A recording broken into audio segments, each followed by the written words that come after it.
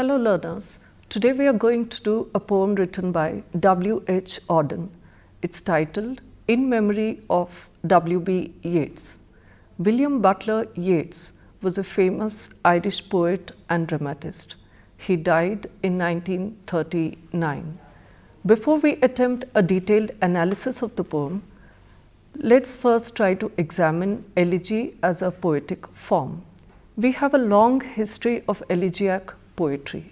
An elegy is a poem written in memory of a person on the occasion of his death.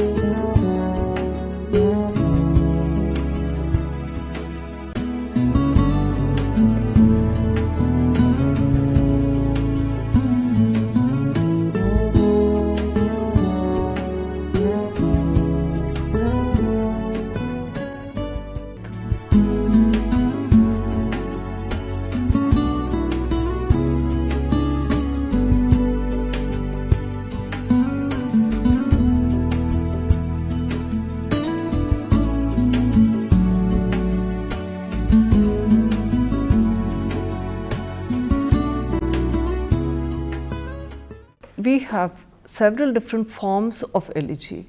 An elegy could be written about a specific person, as in the case of Walt Whitman's poem, When Lilacs Last in the Dooryard Bloomed. Or it could be a very general poem mourning the death of people, as in Thomas Gray's poem, Elegy Written in a Country Churchyard. We have another very popular form of elegy which is called the pastoral elegy. A few of the famous pastoral elegies are Milton's Lycidas, written on the death of Edward King, and Shelley's Auden, written on the death of his friend and famous poet John Keats. An elegy, while it is about a person's death, need not necessarily be very depressing.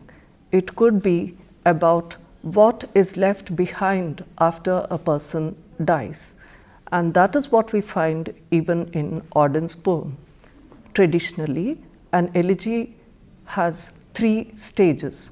The first stage deals with an expression of grief or sorrow on the loss of someone dear to the poet. The second stage deals with the praise of the person who is dead. The third stage is all about consolation and solace.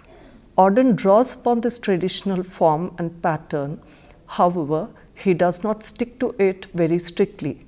We do not find Auden praising Yeats or only dealing with the loss or grief at Yeats' death. We find that he deals with several themes.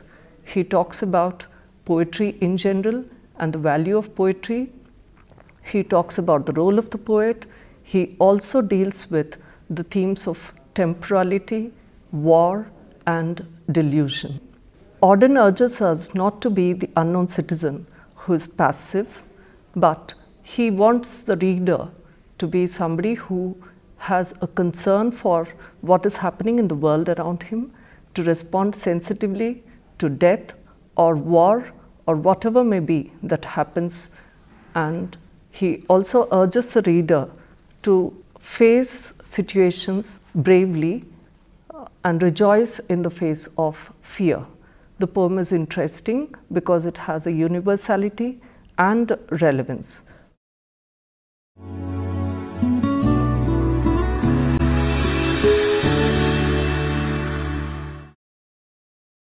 W.H. Auden's full name is Wystan Hugh Auden. He was born in 1907 and died in 1973. He was one of the most active of young English poets who in the late 1920s and 30s chose to write about several contemporary issues and brought in new attitudes and techniques to English poetry. The Great Depression that hit America in 1929 came to England soon after. Auden and his contemporaries saw not a metaphorical wasteland of Eliot, but a more literal wasteland of mass unemployment, poverty, and industrial stagnation. Nobel Prize winner W.B. Yeats was one of the founders of Irish literary revival, and his works draw heavily on Irish mythology and history. A devoted patriot, Yeats found his voice to speak out against the harsh nationalist policies of the time. His works explore the greater themes of life in contrast to art and finding beauty in the mundane. When Auden wrote in memory of W.B. Yeats, the world was on the verge of breaking into war. The Second World War was about to occur, though of course it had not broken out yet. The failure of Britain and France to resist Hitler's claims on Czechoslovakia in 1938 seemed to define the mood of Europe, as Auden wrote. In spite of the sense of expectant foreboding, all the nations seemed paralyzed, incapable of action. Auden's poem breaks the mold of traditional elegies.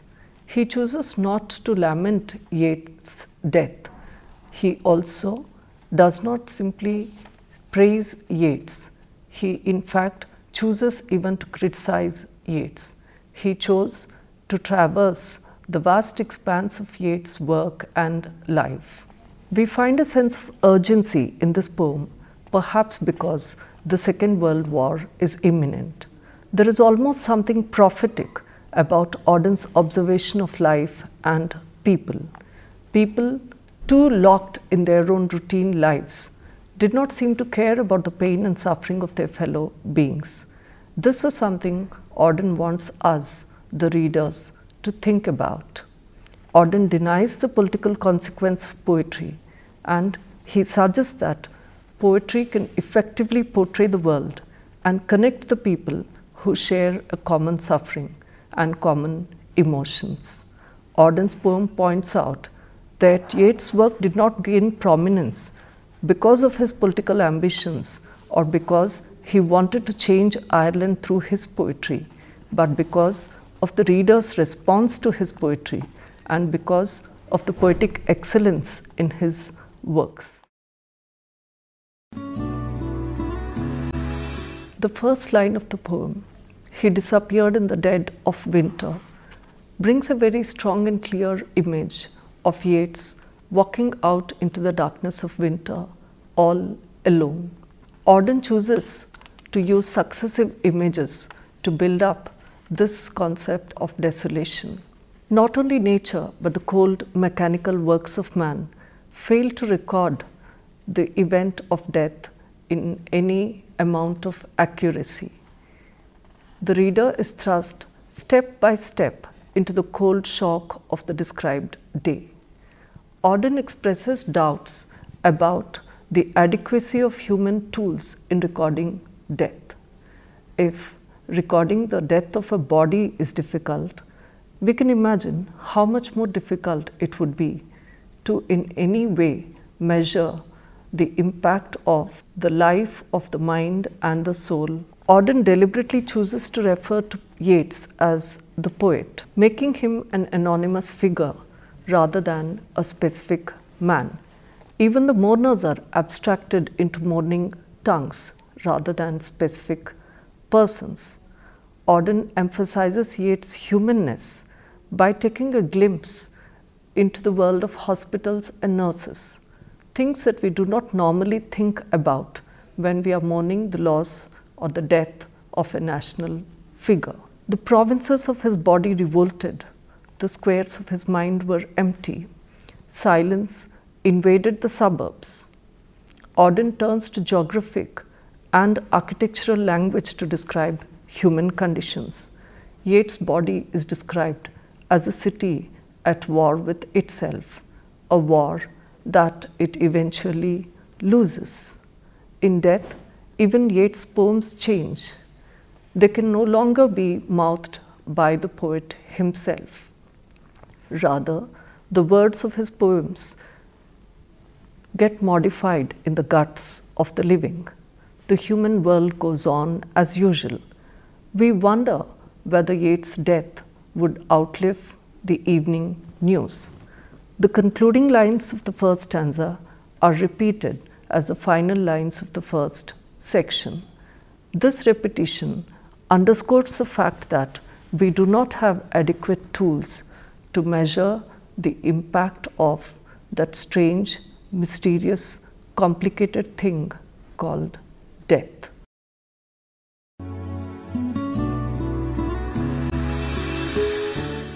In the second section, the speaker directs his words to a you, perhaps Yeats himself.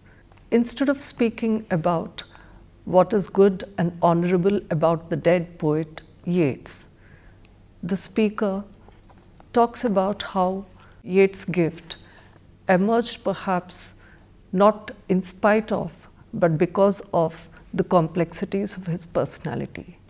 Auden says, "Mad Ireland hurt you into poetry. Now Ireland has her madness and her weather still, for poetry makes nothing happen." These lines show how deeply involved Yeats was in the Irish independent movement. Some of his most remembered poems, like Easter 1916, emerge from his engagement with the struggles for independence. Yeats loved his country and he wanted to cure his country through his poetry. However, Ireland continued to be sick. Yeats wanted to use poetry as a tool, and it is there that Auden differs from Yeats. He recognizes the fact that poetry cannot be used as a tool to change anyone, not the politics of a nation, not the psychology of an individual. He accepts that poetry is not static, it is dynamic. Auden clarifies that poetry is not a force in itself, but made dynamic by its interpreters and each one's foreign code of conscience. Poetry presents a world that's both real and far removed from our own, and it does so on its own terms. When you're done reading a poem, you're not left with anything tangible. It's more of what you experience.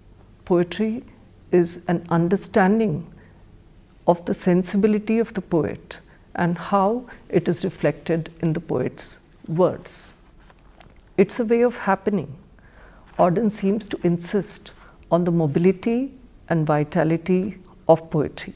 Amidst all this freezing isolation of the world, poetry is one thing that can function as an active instrument, an instrument that can make us think and perhaps even change the world, but not directly, but more as a motivational force.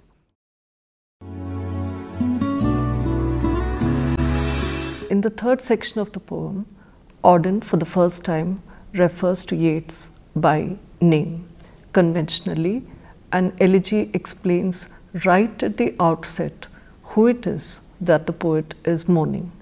Auden reverses this practice here by mentioning it in the final section of the poem. Auden refers to Yeats here as an Irish vessel, perhaps a body that is meant just to carry his poetry, but there is no reference at all to the kind of problems that were referred to in the second section of the poem, not the problems of Irish politics, not the problems of Yeats the person. Auden also mentions the specifics of Yeats' death, especially the time of his death, that is 1939, the year when the world was gearing up for the Second World War. Yeats and Auden shared the sentiments of many of their contemporaries, fellow artists and intellectuals who were really troubled by the thought of impending war. The speaker refers to and paints the picture of impending war as a kind of nightmarish unreality. The third stanza of the section doesn't seem to have anything to do with Yeats.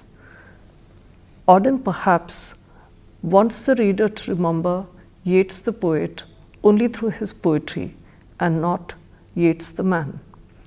We also sense here a subtle criticism of Yeats the man. The poet is a figure that lives on in his poetry and is not necessarily attached to the deeds of the man. Poetry is now channeled into a single image of a healing fountain. In the deserts of the heart, let the healing fountain start. The way Auden crafts these lines is an invocation of Yeats's poetic powers. The last lines of the poem sound depressing because life is described as a prison. However, there is hope because one can learn to praise. Auden's final approach to this elegy is thought-provoking and interesting. He doesn't want Yeats to be remembered forever, nor does he want Yeats' poetry to be immortalized. He only wants people to read and think about the poetry that Yeats wrote and perhaps try and become a better person by reading Yeats' poems.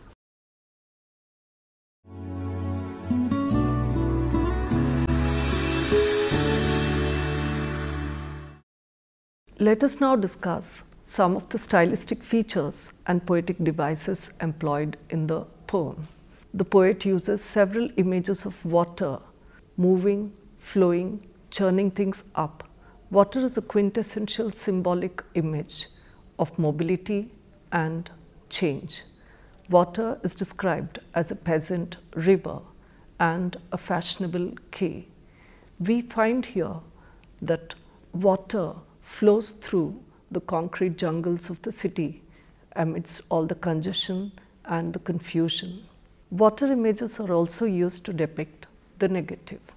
We find seas of pity frozen inside the hearts of people who do not respond to what is happening around them. Finally, poetry is also described as the healing fountain that can bring about a change in people's hearts.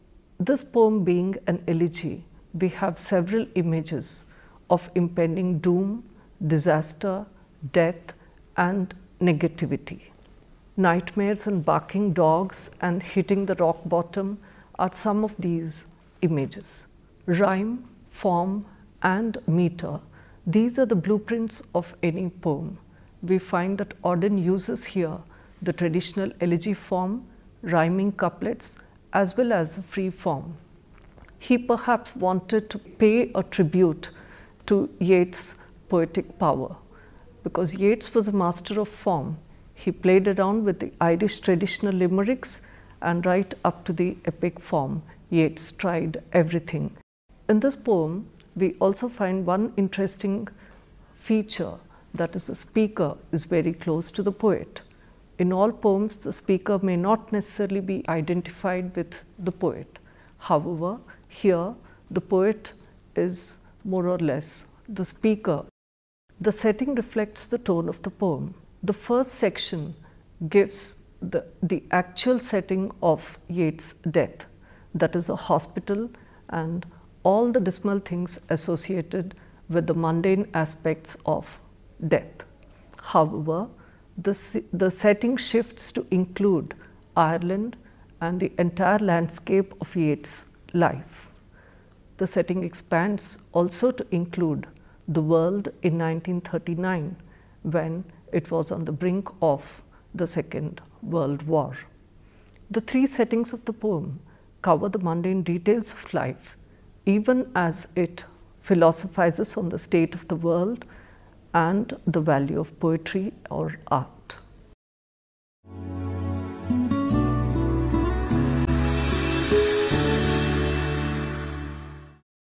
Now that we have looked at the variations in form, metrical patterns, speaker, and setting, let us see how Auden conveys a mixture of urgency and hesitation. It's indeed a formidable task to chronicle the life and death of one of the most famous poets of his age. That tension gives the poem its sonic variance. Auden maintains a simple, restrained tone throughout the first section of the poem. Suddenly, the tone shifts and Auden addresses Yeats as though he were a dear friend. However, very soon the tone again shifts, perhaps as if the personal tone and the emotionality of it was too much for Auden. We find him revert to the traditional form of the elegy. The changes are lightning fast, and Auden packs in a lot of emotion here. Auden's language in this poem is incredibly sparse, as if he is determined to depict Yeats' life with a restraint that he himself does not feel. Discussing the themes of a poem can help one understand it better. A poem can have more than one theme. The theme of death is prominent in this poem, it being an elegy. However, death here becomes an occasion for the poet to reflect upon the complicated legacy that Yeats has left behind and the ways in which Yeats' work has colored the 20th century poetic landscape. Another major theme is the social validity of art or poetry. Auden maintains that while art or poetry does not have a value by itself and cannot really change anything, it has the capacity to make people think and bring about a change, perhaps through that thought that could then be translated into action. The theme of isolation is also prominent in the poem. Auden suggests that while poetry is not a cure-all, it can certainly help people see the truth of their own situation and perhaps realize the facts of their own lonely existence and then do something about it. Unlike traditional elegies, the poem does not seek to praise the subject of the elegy. That is, Auden here does not praise Yeats. Instead, he chooses to pay homage to Yeats in a much more honest manner by showing him as he himself sees the dead poet. The poem certainly makes us realize that poetry is an experience. It's all about freedom and exposing yourself to new ways of looking at the world and people.